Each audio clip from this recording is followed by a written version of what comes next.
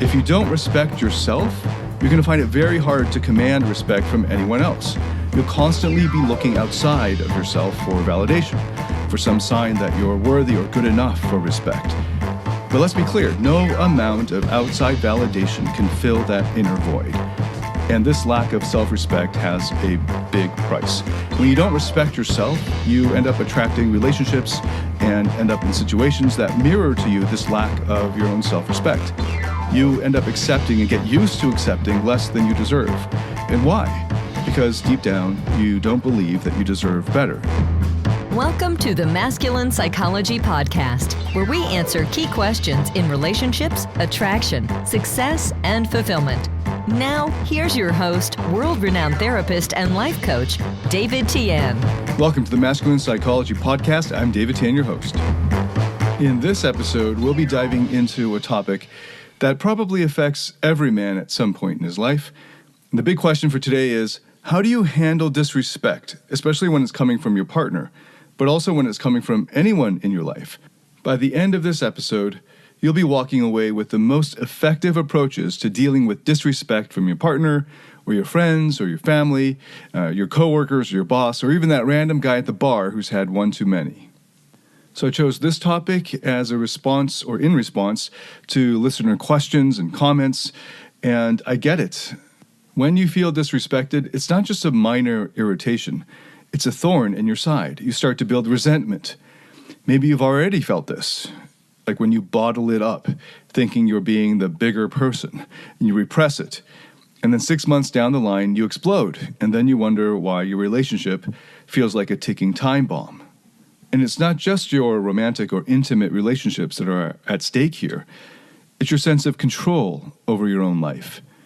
If you let these perceived instances of disrespect slide, then you're worried that you're essentially handing over the reins of your life to someone else. It's like letting someone walk all over you and then thanking them for the foot massage they just got. It's a slippery slope that from feeling disrespected to then feeling desperate and out of control. And it's potentially even worse than most guys think, the people who are writing in to me think. So let's bring in some science here. Dr. John Gottman, you've probably heard of him maybe through Malcolm Gladwell's best-selling book, Blink. Gottman is the foremost researcher in the world on what causes a relationship to fail. And he's identified what he calls the 4 horsemen. And the worst horseman is contempt. The 4 horsemen, of course, are the signs that are signaling the apocalypse of any relationship. And the worst horseman, like I said, is contempt. And feeling disrespected is often a precursor or maybe a part of feeling contempt for your partner. Contempt requires a kind of disrespect. It's like a looking down on this person. And it being the worst of the 4 horsemen would make you think, right? It's like putting a time bomb in the foundation of your relationship. And if that's not enough, think about this. When you can't handle perceived disrespect, I know the fear and the worry is that if you can't handle it, then you're basically putting up a sign over your head that says, hey, come take advantage of me. I'm an easy target. And you're afraid that you could lose out on things you want in life. And that might be a promotion or a fulfilling relationship, or even just maybe your basic sense of dignity. So far, I've been setting the stage. We've gone into why understanding and handling disrespect is so crucial for the success of your relationships, but also for your overall well-being. And now let's get into some of the nitty-gritty. So first off, let's define the term. What does disrespect even mean? And looking it up in the dictionaries, I found disrespect is often cast out in terms of the lack of respect. So let's get into respect. We have to define respect before we can understand disrespect. So what does respect mean? So looking at the Cambridge English Dictionary, the first definition of respect is admiration felt or shown for someone or something that you believe has good ideas or qualities. So you might hear someone say, she's a formidable figure who commands a great deal of respect. And what they're saying is she's someone who is greatly admired by others for her qualities or ideas. But notice something crucial here. The key word is earned. It's like when you're a new teacher in a high school and you have to earn or gain the respect of your students. You can't just walk in on day one, slam your books down on the desk and say, you will respect me. I mean, you could, but all you'd get is eye rolls and covert TikTok mockery. So respect isn't like a God-given right. It's not like a free pass. And just because you hold a certain title, whether that's husband or boyfriend or manager or even father, that doesn't mean people are obligated to respect you. And this gets to the second most common definition of respect, which I'll get to later. But first, staying with that first definition, and again, this is about admiration felt or shown. And admiration can't be forced, can't be demanded. Otherwise, it wouldn't be sincere, right? So respect must be earned. If it's not earned, what you get then isn't real respect. It's just compliance. It's fake. And let's face it, if you're demanding respect, you're already on shaky ground. Because what you're really demanding is that the other person disguise their true feelings to make you feel better about yourself, which is already a toxic boundary violation. You're violating the boundaries of that other person. And that's obviously you're not going to get genuine respect out of that.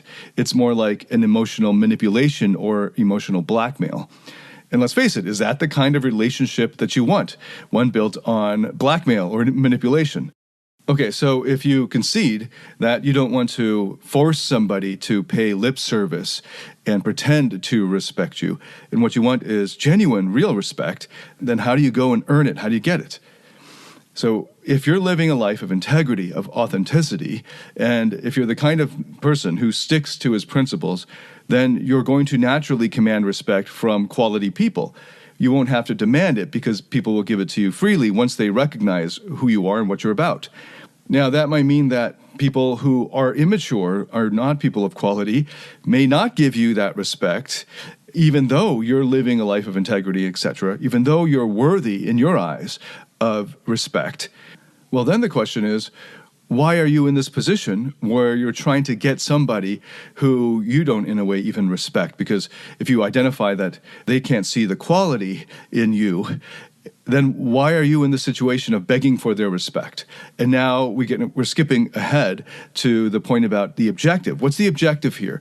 Based on the objective, you can work out a practical thing to do about it. But the question isn't about respect anymore. Then it's not about earning their respect. It's about getting that objective, whether it's getting your boss to notice you or that promotion or establishing a deeper connection in your relationship or getting a woman to invest more of her time and effort and attention in you and in the relationship. If you notice disrespect in that relationship, that's a good sign, it's like a symptom of something that's gone wrong. But the thing to do about it will not come from hanging on to the question of respect or disrespect. The best thing to do is to figure out what the objective is, and then figure out, based on that objective, what the best thing to do, the most effective approach, practically speaking, is. But I'm jumping the gun here. I'm going to go into more detail about the objective and the practical how-tos about achieving the objective later on in this episode. So let's back up a little bit and look at the concept of self-respect, because part of what I'm picking up from these questions that I'm getting online about people disrespecting me is that the questioner seems really hurt by the disrespect. And that tells me that there's a lack of self-respect. In other words, you don't put much stock in your own opinion of yourself, or you're unable to see the quality in yourself, and you're looking to others to validate whether you're worthy of respect. And when they deem you unworthy of respect through their disrespectful behavior or approach to you, then it hits you a lot harder, since you don't even respect yourself enough, and you require that respect to be shown from others. So before we get more into self-respect, I want to just summarize so far. This first definition of respect and disrespect here is about admiration, and admiration has to be earned. It's not something you can or should demand from others. Real respect has to be freely given. Okay, so now let's dive deeper. If you've gotten to the point where you're asking, how do I make someone respect me? There's a more fundamental issue at play here. If you're hung up on getting respect from someone else, it's likely because you're missing it from yourself. Like you don't trust your own judgment of your own worth. And it hits you so hard because you're looking to others to validate whether you're worthy of respect. Disrespect from others doesn't hit you to the core, doesn't pierce you to the core if you already have a firm sense of self-esteem and self-respect. Self-esteem isn't just feeling good about yourself. It's not like a pat on the back or an empty affirmation. It's about genuinely believing in your own self-worth, in your own worth, that you're enough. But here's the kicker. Respect, or self-respect, just like all respect, has to be earned. So if it's just a question of, am I enough for love? Well, then even a newborn baby that has no abilities whatsoever, or a cute puppy, or just any puppy, is worthy of love just because it exists. And hopefully you can see or give a sense to, at least theoretically or philosophically, the point that all human beings are enough for love, are worthy of love, just because they exist. And that's a whole other argument and a whole other set of podcasts that I would do, and I have done, on love. But when it comes to respect, which is, on the first definition of respect, admiration, it has to be earned. You actually have to earn your own self-respect. And interestingly, self-respect requires self-esteem, because self-esteem means that you care more about your own judgment of yourself than you do about anyone else's judgment of you. It also means that you can trust your own evaluations of quality, because if you can't even trust your own judgment about whether you're any good, then you'll never actually be able to earn your own self-respect. You're constantly looking for someone else to come and tell you whether you're any good. And if you can't even trust your own judgments of what quality is, or whether something is good or right, then that means that you've been looking to others to tell you what's right or what's good. And yeah, a lot of people have grown up in a kind of passive mode, especially men who struggle with women, have grown up with fear and worry about not getting the right answer, whatever that might be, because the consequences were being yelled at or disciplined in some way by the parents first, and then later by the teacher or teachers and society or something like that. They have this fear of getting the answer wrong. And this permeates their entire lives, so that they don't even trust their own judgment about whether they're enough or worthy or good or of quality. And thus, they care more about what others think of them than of what they think of themselves. So in order to actually develop self-respect, you have to first have self-esteem. And again, self-esteem means you care more about your own judgment of yourself than you do about others' judgment of you. Now, I learned this lesson about how important it is to trust your own judgment of quality or of whether something is right. Many times in my teens and into college age. Here's one example. My first year of university, I was in McGill University in Montreal, and I was hanging out with a bunch of other Chinese Canadians. I don't know, maybe 5 or 6 or 7 of them. And we got into this discussion about Chinese dialects, and they were convinced, having grown up in Canada, where at the time, this would have been the mid-90s, at the time, the Chinese community was disproportionately from Hong Kong. There were relatively few immigrants from Taiwan and even fewer from mainland China. So if you walked around the Chinatowns in Canada in the mid-90s, all you would have heard, most of what you would have heard was Cantonese. Now, my background is Taiwanese, and I knew enough about Chinese language and China to know that the vast majority of Chinese speakers in the mid-90s in the world spoke Mandarin. And I was trying to convince them that Mandarin is by far the dialect that's most spoken around the world. And they did not believe me. They were convinced that there are far more Cantonese speakers in the world than Mandarin speakers. And I realized at some point in this conversation, it was me against the rest of them, that it's kind of pointless for me to continue putting any effort into trying to convince them of what I knew was a fact. And they were going to figure it out at some point later. And that's their loss. They're going to walk around for another few years or whatever, with this ignorance. So I just took my foot off the pedal and just like, okay, if you want to stay in your belief, your false belief, then by all means, go for it. And it's like that with disrespect. If I know that I am worthy of respect, and yet all these other people don't respect me, that shouldn't bother me that much.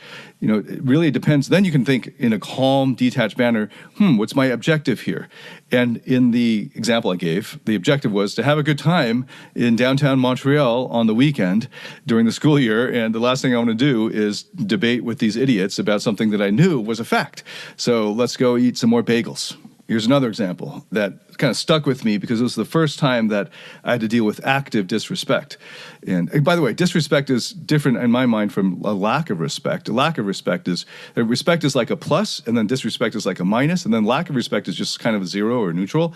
And we don't often notice lack of respect. It's not like we, in the first term of the first definition of respect, in terms of admiration, when you're on the bus or the subway and there are all these people there, you're not asking yourself whether you respect them or not. Like, it doesn't even matter. Disrespect is like I said, active, right? It's like you're now clearly in the minus on that one, in that person's eyes.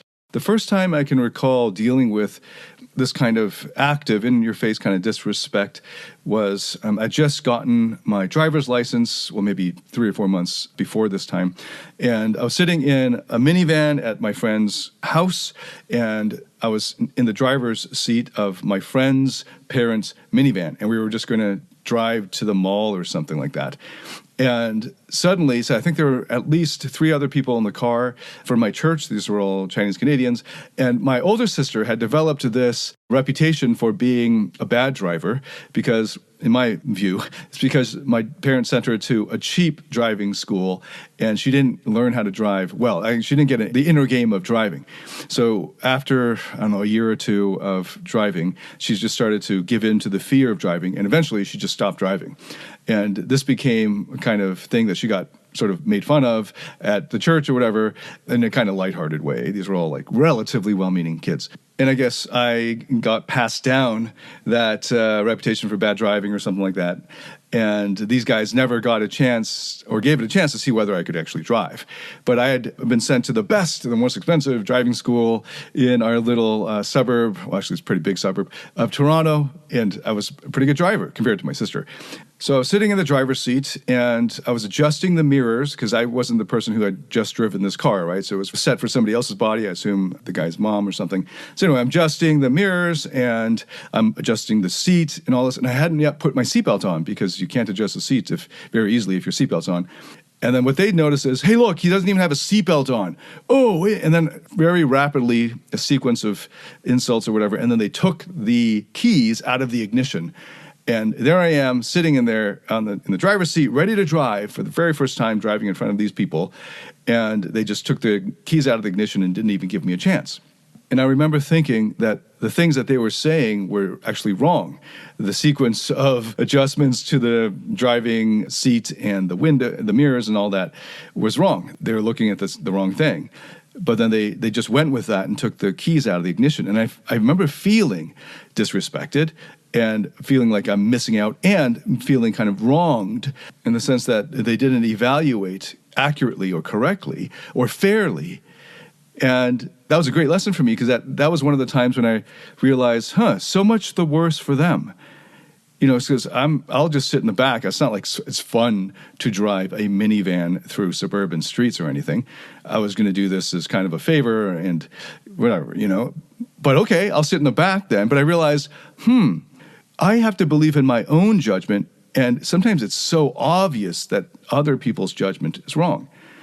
And then I can think of many times in high school especially when I found myself in the position of trying to convince some other classmate that the way I'm answering this math question or science question is right and that the way that person is doing it is wrong. And then realizing after whatever minutes of tiring or frustrating explanations on my side to this person, why am I putting all this energy in convincing this classmate that he's got the wrong answer? He'll find out. And all the worse for him because he'll find out on the test when he gets it back. If you don't believe me, that's your problem, not mine. If you don't respect me or my view, that's your problem, not mine. No matter their physical strength, for many men, emotions are too much for them to handle. It's why they can't give women the deeper levels of emotional intimacy and connection that they crave. It's why they fail to be the man that modern women desire most. A man with inner strength. A man who has mastered his emotions. Find out how to master your emotions through David Tian's Emotional Mastery Program. The Emotional Mastery Program is a step-by-step system that integrates the best of empirically verified psychotherapy methods and reveals how to master your internal state and develop the inner strength that makes you naturally attractive, happy, and fulfilled. Learn more about this transformational program by going to davidtianphd.com/emotional mastery. That's DavidTianPhD.com/emotional mastery. Now, I'm willing and happy to take in any feedback, so I will sit and listen to what that viewpoint is and their arguments for it. And in that case, disrespect doesn't enter the picture. Disrespect on that first definition of admiration doesn't enter. I don't even think about that because then your ego is getting involved, right? Instead, I'm just trying to think of what's the right answer here. So then the question should be cast out as, why do you care so much about what they think about you? Now, for some guys, it's so hard to even ask that question because for decades of their lives, they've just been taking it as a no-duh, assumption that any woman who's attractive ought to make him feel this way. Like, that's the reason why, because she's attractive, or some kind of alpha male or whatever, because they've been intimidated for so many years of their lives. They've never stopped to ask the question, well, why do I give a damn? So I'll ask them this question instead. Imagine if it were, run this thought experiment. Imagine if it were some homeless man on the street who's like, comes up to you and starts foaming at the mouth or whatever and actively disrespecting you. Are you going to take it personally? This guy doesn't even know you. He might even be off his meds and not even seeing you or whatever. He's going through some psychosis or something. Like he's hallucinating. So you're not going to take it personally, right? You might be kind of scared and you might have fear and you might want to defend yourself or get out of there. But the last thing you're going to care about is whether you feel disrespected by this person, right? Because this person isn't even, in your eyes, worthy of making you feel disrespected. In order to feel like and care about whether you're disrespected and to be hurt by it, that means that you've given away some of your own self-esteem to this other person who can make you feel that way. So then the question is, why do you value this person's opinion so much more than your own? Now, an example of my classmates who just didn't believe the way that I was, that solution that I was showing them to the math problem, that's actually their loss because I know that I've got the solution and I've worked it out. I trust my own judgment more than I trust theirs. Now, there are some times when you should trust the other person's, and maybe that's because that other person is an expert. And I've been on the expert side when the other person who doesn't know anything or what they're talking about resists and denies and doesn't take in good advice and appears unteachable or doesn't learn well. And if that's you, then you should be careful about trusting your own judgment when that hasn't been earned. And that's the other side of a kind of grandiosity, a naive kind of grandiosity. I don't see that built into the questions that I'm getting. It's more of instead they put themselves below the others, but there also is the danger of just puffing yourself up, and that's what I encountered over and over. People underestimating me and my views, and then I just realized I shouldn't put so much time and effort into convincing these people of the truth. They'll figure it out, or if they don't, they'll suffer for it. Okay, but in order to reach that place, that point where you trust your own judgment and you've earned it, you actually have to earn it. An example of the driving abilities, I've earned it, and I know that I'm a good driver because of all of these different evaluations I had to go through to get the license, and then the experience and so forth. I knew that I had the right answer for the math test because I'd done all the studying, I'd done all the practice tests, and I'd worked this solution in many different ways, and I've listened to the other person explain and defend their approach, and I've made this judgment. I have done enough of the preparation and homework to earn my own self-respect and self-esteem. So when the other person disagrees with me or doesn't see it my way, then I'm able to back off and not take it personally, and then I can ask the more practical question of what's the outcome that I want out of this. Okay, so then in order to get to that point, you'll need to have that self-respect and you'll need to have that self-esteem. So then you should ask yourself, what have I done to earn my own respect? Have I built a life, a character, a set of accomplishments that I'm proud of? Have I done the homework? Have I done the hard work? Am I someone of quality in my own eyes? Like when you look in the mirror, what do you see? Do you see a man who's honest, who's kind, who stands by his values, or who's even spent a lot of time thinking about his values and defending them, who's done the work to consider other values or the opposite side, the cons? Are you someone who's still clinging to other people's judgments to tell you what to believe or who you are? Who's unsure of your own self-worth and looking for others to validate you? If you don't respect yourself, you're going to find it very hard to command respect from anyone else. You'll constantly be looking outside of yourself for validation, for some sign that you're worthy or good enough for respect. But let's be clear, no amount of outside validation can fill that inner void. And this lack of self-respect has a big price. When you don't respect yourself, you end up attracting relationships and end up in situations that mirror to you this lack of your own self-respect. You end up accepting and get used to accepting less than you deserve. And why?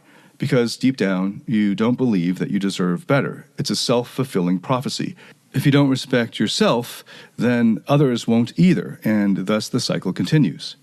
If you're committed to improving yourself, to living a life of purpose, to being the kind of person you admire, then you'll find that disrespect from others just doesn't get to you like it used to. Why? Because you've got something that trumps their lack of respect for you. You put more stock in what you know, which is that you've earned your own self-respect. You respect yourself more than you respect other people's opinions of you. So, you don't want to be affected or hurt by someone else disrespecting you or not respecting you? Then you've got to start by earning your own self-respect. And that's not something anyone can just give you. You've got to go and earn it, obviously, and you've got to do it every single day. So let's just let that sink in. The first step in commanding respect is to become someone that you yourself respect. Okay, so let's say you've looked inward and you've started working on earning your own self-respect. That's a huge step. Now, let's bring it back to the outside world. When you're faced with a situation where you feel disrespected, what's your objective? So ask yourself, what am I trying to achieve here? So let's say you're in a romantic relationship and your partner says or does something that you find disrespectful. Ask yourself, is my objective here to deepen the intimacy and connection of my marriage or relationship, or is it just to be right? Because these two objectives often require very different strategies. And if your objective is to just be right, then it's important for you to recognize that you're prioritizing being right over prioritizing the relationship. And then you shouldn't be so surprised when the relationship fails, but you have proven or shown that you are right because you've gone into the combat zone with that objective. Or maybe it's not in a romantic or intimate context. Maybe you're, at an airport check-in counter and you're trying to get a free upgrade. Your objective in this case isn't to win the respect of the airline staff. If they respect you, but you don't get the upgrade, then you have failed in your objective. So getting that respect is in the service of this objective, which is getting the upgrade. And when you focus on getting the upgrade, then respect isn't the most important question here. It's how do you get this upgrade? So then you won't take it so personally, right? How do you get the upgrade? I don't know. You look and act the part of someone who belongs in that first class cabin. So if this staff member checks you in and upgrades you, you won't get in trouble with his superiors. You've got to charm them because if they like you, there's more likely chance that they'll upgrade you. And then more importantly, the question is, do they like you? Dress well. Show them you're worth the free champagne and extra legroom, right? So far more important here for the practical outcome is to get clear on the outcome. And then if that's the case, respect is just secondary. If you have a clear objective, then you can come up with a clear practical strategy. These two different objectives here in a relationship versus, an intimate relationship versus getting an upgrade, it will necessitate different strategies. What about at the workplace? Maybe you feel your coworkers or your boss don't respect you. Well, what's your objective there? Is it to get a promotion? Is it to get ahead? If this requires their respect, then you've got to earn it. You've got to assert yourself well, effectively. You're going to need to speak up in meetings. You're going to need to take the lead in projects. You're going to need to show them that you're capable. However, and this is crucial, all of this assumes that you've already been going through something like the therapeutic process to address any toxic shame that might get in the way of you being assertive naturally. A lot of people think they're not assertive because they think they're just nice guys or team players. But often it's because they have this underlayer of toxic shame that makes them feel like they're not worthy of asserting themselves. And if that's you, working on your inner game, so to speak, is crucial before you can successfully apply any of these external tactics or skills. So as you can see, how you handle disrespect most effectively depends on your objectives.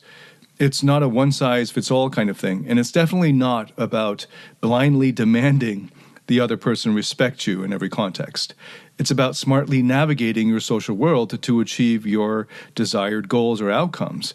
And a lot of it's going to rely on you being able to assert yourself effectively. In my course, Rock Solid Relationships, there's an entire 4-hour module on assertiveness and how to assert yourself. It's very practical. I highly recommend, if you have any difficulty asserting yourself with other people, whether it's in your relationship or at your workplace or in social settings, I highly recommend that you learn how to assert yourself well. In the next episode, I'll be going into more depth on how to assert yourself in the face of perceived disrespect. But my most in-depth treatment of it is that 4+ hour module in the course Rock Solid Relationships. So the first definition and the most common sense of the term respect and disrespect is that first definition that's explained in terms of admiration. But there's also another definition that a lot of people confuse with the first definition, and they just use respect and disrespect and blur these two definitions, and that's why there's so much confusion around this concept. Okay, so the second definition that comes up in the Cambridge English Dictionary is respect is honor, politeness, and care shown towards someone or something that is considered important. So you hear this type of sense of it, the term, or this definition. You can see this used in phrases like, you should treat your parents with more respect, or she has no respect for other people's property.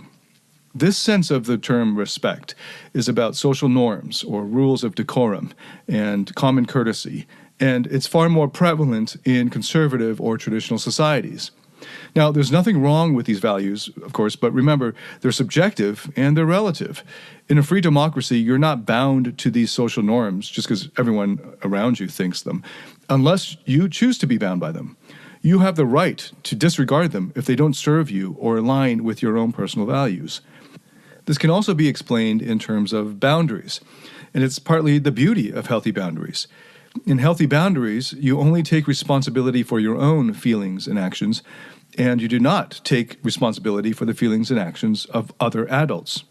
Now, you might say, okay, David, so should I force my spouse to honor these traditional values? Well, you could, but here's the kicker. The respect you'll receive won't be genuine. It would just be lip service. And now we're back to the problem that comes up when we use those terms respect along the lines of the first definition. You have to earn respect, and it has to be genuine in order to be meaningful. But the second definition of respect, which is in terms of honoring or politeness or care, the second definition of respect is where we get the closest connection to one of John Gottman's 4 horsemen that I mentioned at the beginning, contempt. John Gottman has been studying relationships for over 40 years, and he sees contempt as the number one red flag that a relationship is headed towards a dead end. When Gottman sees even a hint of contempt between partners, he recognizes this as like, whoa, okay, we've got a serious problem here. So what does contempt look like? Well, imagine treating someone like they're beneath you, hitting them with sarcastic jabs or mocking or dishing out hostile humor, even subtle things like eye-rolling or sneering or name-calling. These are all big red flags of contempt. It's like throwing emotional acid at someone. You're not just disagreeing with them, you're dissing their whole being, saying, I'm up here and you're way down there. Contempt requires looking down on the other person. Contempt is especially dangerous because it festers. It's a culmination of negative judgments about your partner that have been brewing for a while. And what does it lead to? A destructive cycle of conflict that's incredibly toxic. No issue can get solved when you're sending this kind of message of, I'm disgusted by you, and oh, by the way, I also think I'm way better than you. It makes productive, loving connection or conversation basically impossible. So if you find contempt sneaking into your interactions, you need to get on that fast. Now, Gottman's recommended antidote to contempt is to foster what he calls a culture of fondness and admiration. And here is where I think Gottman is weakest. His research is the best out there on identifying the problems, but his exercises only really work for couples who are already committed to making their relationship work, to sitting down and doing these boring exercises. These exercises can't save the relationship when two people already hate each other or there's so much baggage that it's already led to this point where there's so much contempt when there wasn't, obviously, to begin with. It's not as if we all don't know that fondness and admiration are great to have and feel a lot better than contempt, but if you force her to act as if she's fond of him and act as if she admires him when in fact she doesn't, then all you're getting is coerced fake respect. So my recommendation is much more radical. Stop caring so much about whether you're respected and focus instead more on what your objectives are in any given situation. Because when you're hyper-focused on whether you're being respected, you miss out on what's really important. For instance, I personally, rarely, if ever, ask myself whether I respect someone or whether they respect me. It's just not a question that guides my actions or decisions. Like, I have a puppy, and it's not like I need to respect him to love him. He can't do calculus, his table manners are atrocious, I'm picking up his poop every day, but I love the little guy to bits, and he doesn't need to do tricks in order for me to love him. I don't need to focus on whether I respect him. He doesn't need my respect in order for me to love him. Not on the first sense of the term respect. But do I care about him? Yeah. But that's very different from that first definition. On the second definition of respect, it's just acting in a polite way. And for that to be genuine, you don't actually need respect in the first sense. You don't need admiration to care about someone. So when it comes to someone I love, respect doesn't even enter into the equation. I don't need to admire someone in order to love them. And if I love them, then respect in the sense of that second definition, in terms of being polite and caring for them, that will get taken care of automatically. So focusing on respect is the wrong thing to focus on if what you want is to be respected. If it's the first definition of respect that you want to be admired, then you've got to go and earn it. And if it's the second, where someone's caring about you, then respect is the wrong thing to focus on there. And it's going to be more about the connection that you feel, the intimacy or love. So stop hanging your self-worth on whether you feel respected by others and start focusing instead on the quality of your interactions, the objectives that you want to achieve in that situation or in that interaction, and how you feel about yourself. Have you earned your own self-respect? In the next episode, I'll be diving deeper into the practical how-tos of assertiveness and how assertiveness and practicing it can help you get more respect and command more respect. But for now, let's recap what we've covered so far. So we kick things off by laying down the two foundational definitions of respect, the first being an admiration that must be earned, and the second being the type of honor and politeness that can often be rooted in social norms, and that if it isn't there, it's a sign that maybe this relationship is doomed because it's a sign of contempt. And we also discussed how your objective in any given situation should guide your response, and that focusing on whether you're respected or not isn't helpful to figuring out what to do. Now, let's address the elephant in the room, so to speak. If you let the perceived disrespect fester, it won't just go away on its own. This isn't a self-resolving issue. It's a thorn that keeps digging deeper. Your resentment builds, sabotaging your relationship, undermining your self-esteem, and turning your life into a series of battles, both internal and external. And life is too short for that kind of constant conflict. This is a sort of fast track to unhappiness and underachievement, and you don't want that. But don't worry, we're going to roll up our sleeves in the next episode and dive even deeper into this topic, where I'll share some actionable steps on how you can earn respect in the moment and in life overall. So tune in next time as we tackle this pivotal aspect of human interactions. All right, that wraps it up for this episode. Thank you so much for listening. If you have any questions or any comments, please, I'd love to get feedback. Let me know. Put it in the comments here or send me an email, message me. I'd love to get your feedback on what you thought of this episode. And if this helped you in any way, please share it with anyone else you think could benefit from it. Thanks so much for listening. I look forward to welcoming you to the next episode. Until then, David Tian signing out.